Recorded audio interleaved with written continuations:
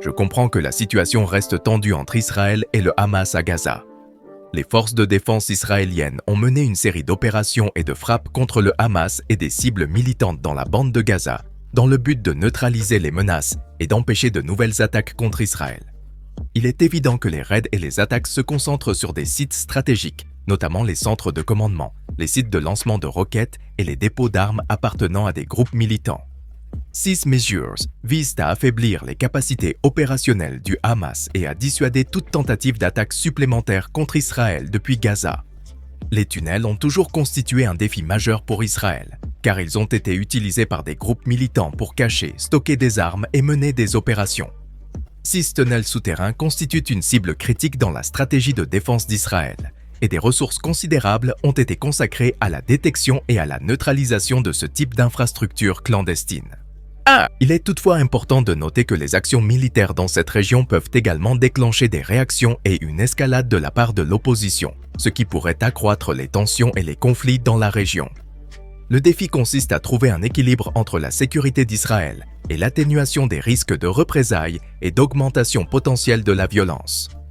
L'approche proposée par l'expert militaire Chris Morris, consistant à utiliser les eaux usées pour détecter et potentiellement éliminer les militants cachés dans les tunnels souterrains, est certainement une stratégie non conventionnelle. L'idée est basée sur l'utilisation antérieure par l'Égypte d'eau usée pour colmater les tunnels de contrebande entre le Sinaï et Gaza.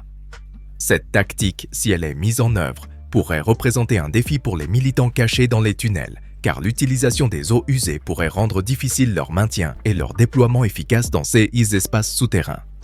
Il convient toutefois de considérer que, même si cela peut constituer une solution efficace d'un point de vue militaire, l'utilisation des eaux usées dans ce contexte soulève d'importantes préoccupations humanitaires.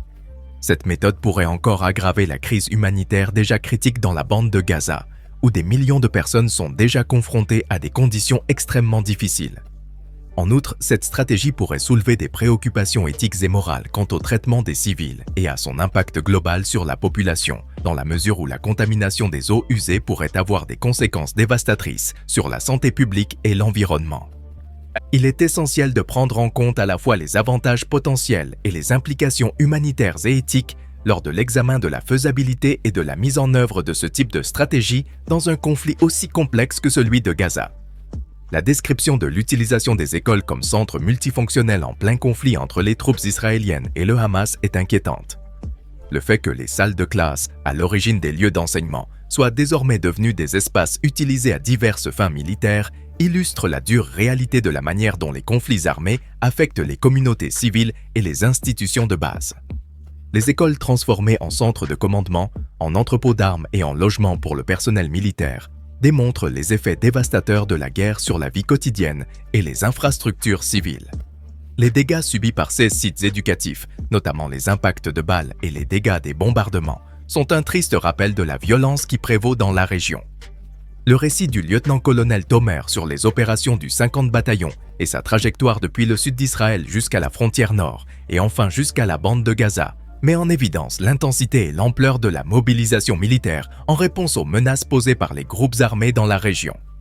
La complexité des missions militaires, qui inclut la coordination entre différentes équipes et l'adaptation à des environnements multiples, souligne les défis et les risques auxquels sont confrontées les forces militaires dans un conflit prolongé et en constante évolution. Cependant, il est également important de garder à l'esprit que ces types de récits ne représentent qu'une fraction du tableau global du conflit et que derrière ces opérations militaires se trouvent les communautés civiles qui subissent les impacts les plus dévastateurs. L'utilisation d'institutions civiles à des fins militaires reflète la nécessité urgente de protéger les civils et de sauvegarder les institutions éducatives et sociales dans les zones de conflit.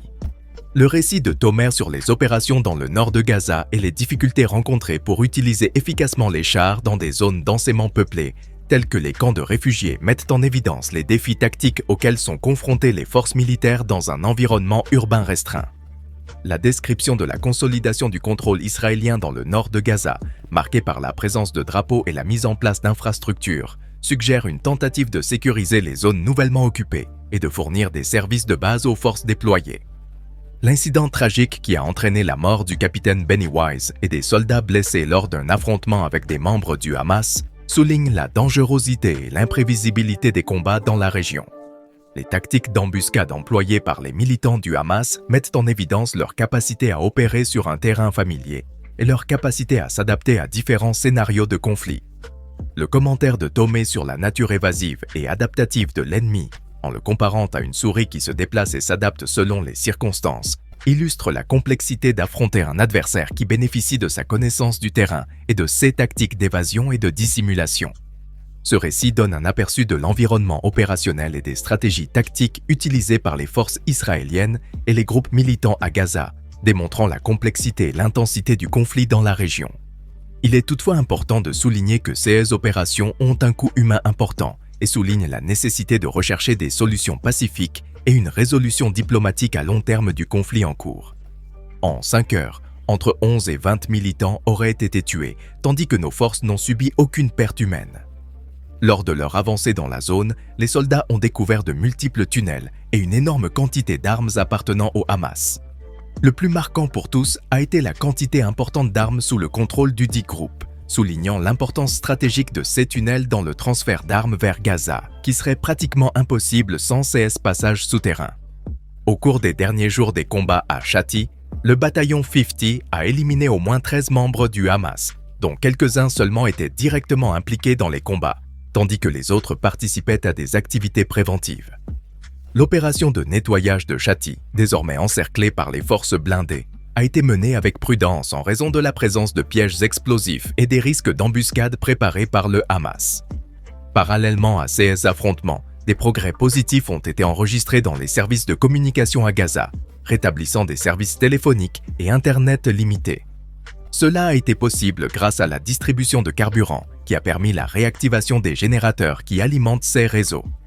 Israël a également annoncé l'autorisation pour 2 pétroliers des Nations Unies d'entrer quotidiennement dans Gaza, ce qui bénéficiera au système de communication. Nous apprécions la surveillance constante de nos informations.